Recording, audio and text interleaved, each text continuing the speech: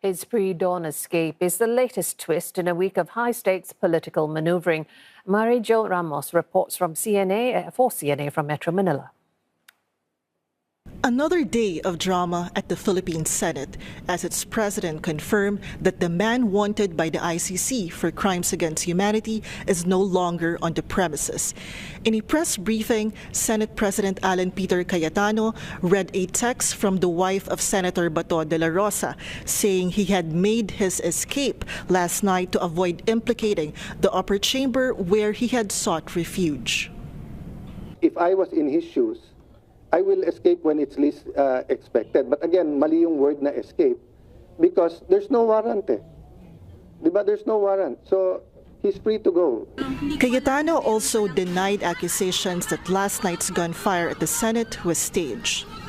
He cited Interior Secretary John Vic Remulla as saying that the Senate Sergeant-at-Arms fired a total of 27 shots, while what he called the other side, parties he did not identify, fired 5.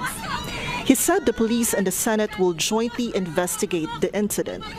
In a press briefing earlier, PALA spokesperson Claire Castro said the Senate Sergeant-at-Arms first fired a warning shot, prompting an agent of the National Bureau of Investigation to fire back. The ICC issued a warrant against Dela Rosa for crimes against humanity, specifically for 32 alleged murders committed in the Philippines between July 3, 2016 and the end of April 2018. His camp insists that the warrant is invalid as the Philippines is no longer a party to the ICC. But Filipino lawyer Ros Togade, assistant to counsel at the ICC, said the preliminary examination of the case was initiated when the Philippines was still a state party to the Rome Statute.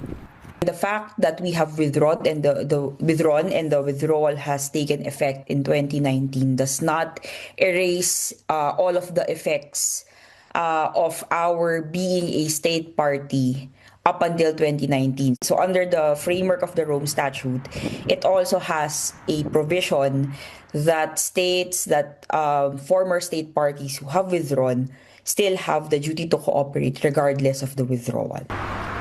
Togade said it is not unusual for the ICC to issue arrest warrants to sitting or high officials, citing active warrants against sitting heads of state such as Russia's Vladimir Putin and Israel's Benjamin Netanyahu.